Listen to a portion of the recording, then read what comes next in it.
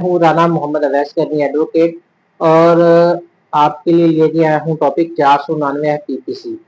अब दोस्तों, ये किन मामलात में होता है? ये बेसिकली लेन देन के मामलात में चेक जारी किया जाता है। अब इसमें 4 इसके इंग्रेडिएंट है basically: issuance of cheque, repayment of loan और fulfilment of obligation, dishonesty issue cheque. अब एक तो चेक दिया गया, किसके बदले में दिया गया? या आपने कर्ज लिया या कुछ उधार पे ली, तो आपने कहा उसको उसकी पेमेंट मेरे पास अभी पैसे नहीं, मैं 6 माह बाद दे दूंगा, तो उसके बदले में आपने उसको चेक दे दिया। ठीक है, डिसऑनेस्टी साबित करना इसमें बहुत जरूरी है। अगर आपने मुकर्रर मुद्दत में उसने कहा 6 माह बाद दूंगा, तो जाके आपने चेक किया, तो चेक वो तो आपने चेक बैंक में जमा करवाया, तो बैंक में जमा करवाने के बाद वो बाउंस हो गया, तो पता चला वो तो अकाउंट क्लोज है। अगर अकाउंट क्लोज मीन्स क्या है कि जब उसने चेक दिया है तो तब भी उसके जेल में ये था कि मैं पैसे नहीं देना चाहता।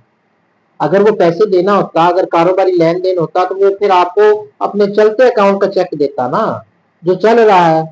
तो उसने नहीं दिया, इसका मतलब है वो गिल्टी है। सम टाइम ये होता है कि आप छोटी चेक देते। छोटी चेक क्या होता है? इन दो बंदों का मामला चल रहा है, तो आप कहते हैं कि चलो मैं ये आपको इतने दिनों में पैसे दे देगा, उसके बदले मैं अपना छोटी चेक देता हूँ। तो उसके लिए भी आपको कोई आप स्टाम्प करवा लिया करें, इसलिए आपकी सेफ्टी हो जाती है कि आप बतौर गारंटी चेक दे रहे हैं। सम टाइम होता है कुछ ट्रांजैक्शन, क्योंकि बिजनेस ट्रांजैक्शन में अभी आप दे देते हैं, तो ट्रांजैक्शन जब मुसलसल हो रही हो तो उसको हम सिंगल नेचर डिस्प्यूट भी कह सकते हैं। तो इस एसोसिएट में आपका डिसऑनेस्टी साबित नहीं हो सकता सम टाइम, क्योंकि आपका सिविल नेचर केस चल रहा है, आपकी पेमेंट आ रही है जा रही है। ये उस वक्त डिसऑनेस्टी साबित होती है जब आपका बैंक अकाउंट क्लोज हो, इंडोरमेंट हो या चल ही नहीं रहा हो, इन सूरतों में होती है। अब इसमें सजा कितनी होती है? इसमें सजा 3 साल सजा होती है और साथ में जुर्माना होता है, या दोनों चीजें हो सकती है। अब ये बात आपने याद रखनी है 499 पीपीसी में कि आपकी ये पीनल प्रोविजन है। आप इसमें सजा हो सकती है, 1 साल कर दें, 1.5 साल कर दें, 2 साल कर दें, ये सजा, लेकिन आपकी इसमें पैसों की रिकवरी नहीं हो सकती। तो आप क्या है, दिला पाने का दावा करेंगे, जिसको हम समरी सूट कहते हैं, ऑर्डर 37 का दावा। तो आपको ऑर्डर 37 का दावा लगाना पड़ेगा उसकी रिकवरी के लिए।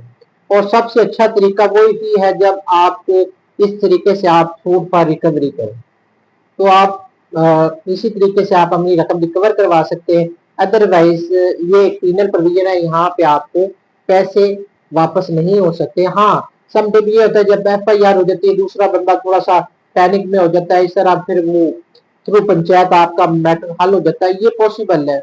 लेकिन अगर आप रिकवरी सूट फाइल करें तो ये ज्यादा सूटेबल चीज है FIR के बाद, ताकि दोनों चीजें पैरेलल चले।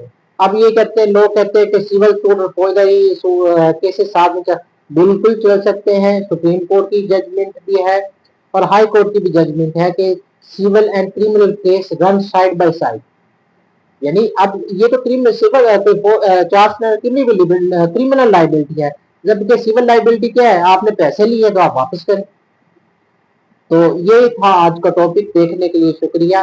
और आप अपनी राय दें। अगर कोई चीज देखना चाहते हैं, कोई मशवरा लेना चाहते हैं या किसी टॉपिक के बारे में इंफॉर्मेशन लेना चाहते हैं, तो आप मुझे नीचे नंबर पे दिए गए नंबर पे टेक्स्ट करें। तो देखने का शुक्रिया।